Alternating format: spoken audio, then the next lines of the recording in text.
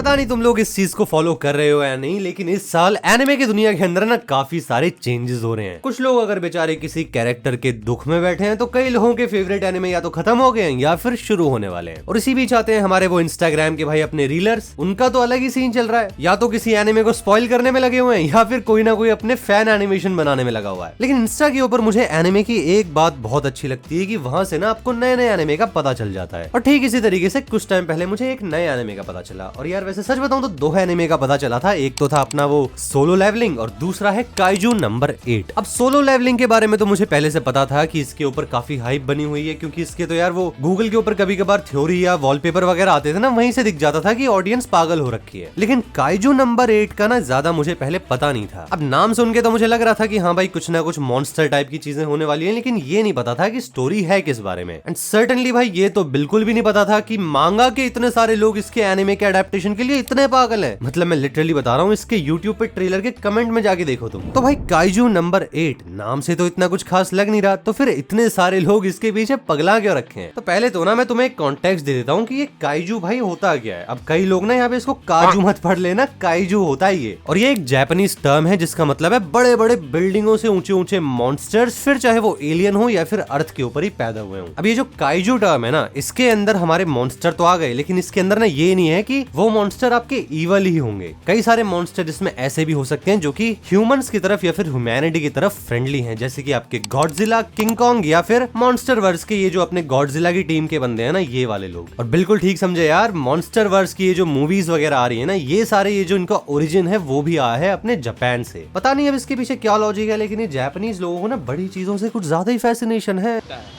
अब मैं मॉन्स्टर्स की बात कर रहा हूँ भाई, तुम तो गलत ही समझ रहे हो। लेकिन जोक्स अपार्ट भाई, मेन कॉन्टेक्स्ट जिसका ये है कि जापानीज सिनेमा के अंदर या फिर जापानीज एनिमे की स्टोरीज के अंदर ना काइजू का मतलब होता है बड़े बड़े मॉन्स्टर और उनके बीच में जो बैटल या फिर स्ट्रगल हो रहा है ना, उनकी स्टोरीज। और ठीक इसी तरीके से काइजू नंबर 8 भी होने वाला है। तो ऐसे में मुझे ऐसे स्पेसिफिकली तो नहीं पता कि इसकी स्टोरी क्या है, लेकिन मैं आपको ना एक छोटी सी बिना स्पॉइलर वाली समरी बताता हूँ। तो बात असल में ये है कि एक ऐसा यूनिवर्स है जहाँ पे काइजू आके हमारे सिटी के ऊपर हमला करते हैं और उनसे लड़ने के लिए एक स्पेशल टाइप की टास्क फोर्स है। और टास्क फोर्स के अंदर है कई सारे बड़े बड़े लेवल के वॉरियर्स एंड ऑब्वियसली एक ऐसा देश जहाँ पे सबसे बड़ा थ्रेट मॉन्स्टर है और उनसे लड़ने वाली जो अपनी अथॉरिटी है उसके अंदर अगर कोई काम कर रहा है तो फिर ऑब्वियसली उसकी रिस्पेक्ट और उसके सोसाइटी में जो पर्क्स हैं वो भी हाई होंगे। एंड दैट्स व्हाई कई सारे लोग जाना चाहते हैं उस अपनी फाइटिंग वाली फोर्स के अंदर। लेकिन अब उसके अंदर एंट्री लेना बहुत ही ज्यादा मुश्किल है, इसलिए कई सारे लोग जो अपनी फाइटिंग फोर्स में नहीं जा पा रहे ना, वो वाले लोग काम क्या करते हैं, वो ये काम करते हैं कि जो फाइट हो जाती है उसके बाद जो मरा हुआ काइजू होता है ना, उसके बाद वो लोग क्लीन अप करते हैं। तो ऐसे ही काम करने वाले वर्कर के अंदर हमारा मेन कैरेक्टर भी होता है, बट मेन कैरेक्टर हमारा जाना चाहता है हमारी मेन वाली फाइटिंग फोर्स के अंदर, बट वो वहां पे जा नहीं पा रहा और वो एस्पायर कर रहा है अपने बड़े बड़े वॉरियर्स को। लेकिन इसी बीच में ना उसके लाइफ में कुछ ऐसा हो जाता है कि हमारा मेन कैरेक्टर खुद ब खुद एक काइजू के अंदर म्यूटेट हो जाता है या फिर कन्वर्ट हो जाता है। मतलब यार तुम समझ गए ना, इस टाइप की स्टोरी तुमने पहले भी कई सारे एनिमे में देखी हुई है, जैसे कि JJK और ब्लैक क्लोवर में भी है एंड इवन इनफैक्ट MHA के अंदर भी है कि मेन कैरेक्टर के अंदर ज्यादा कुछ था नहीं, लेकिन उसको फिर सोसाइटी के अंदर मदद भी करनी थी या फिर महान भी बनना था और फिर उसको कहीं से सेकेंडरी सोर्स से कहीं से पावर मिल गई। तो कुल मिला के मोटा मोटा यही वाला सीन होने वाला है। लेकिन इसके अलावा ना अगर मैं खुद की बात करूं कि मैं इस एनिमे के अंदर इतना इंटरेस्टेड क्यों हूं, तो फिर यार उसके पीछे ना 2-3 रीजंस हैं। सबसे पहला रीजन तो है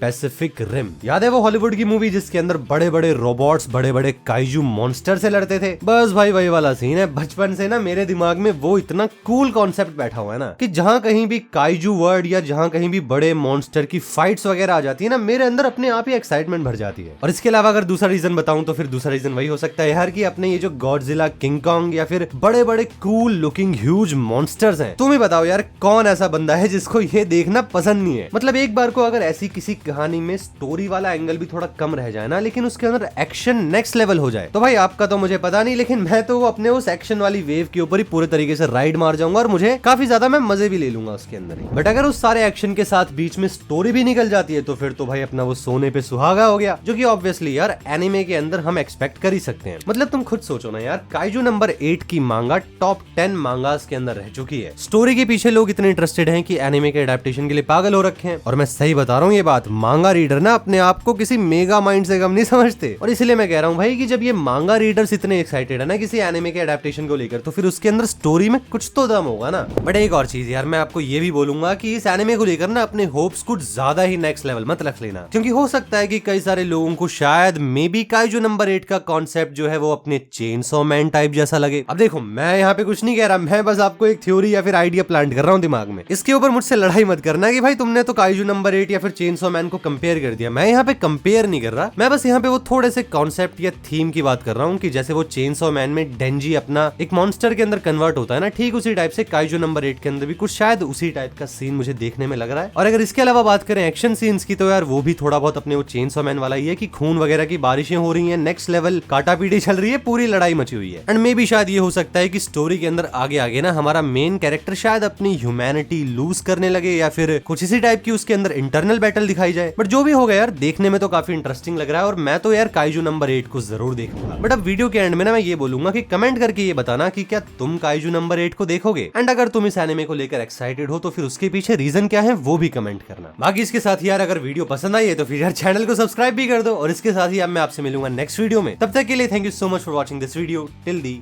एंड।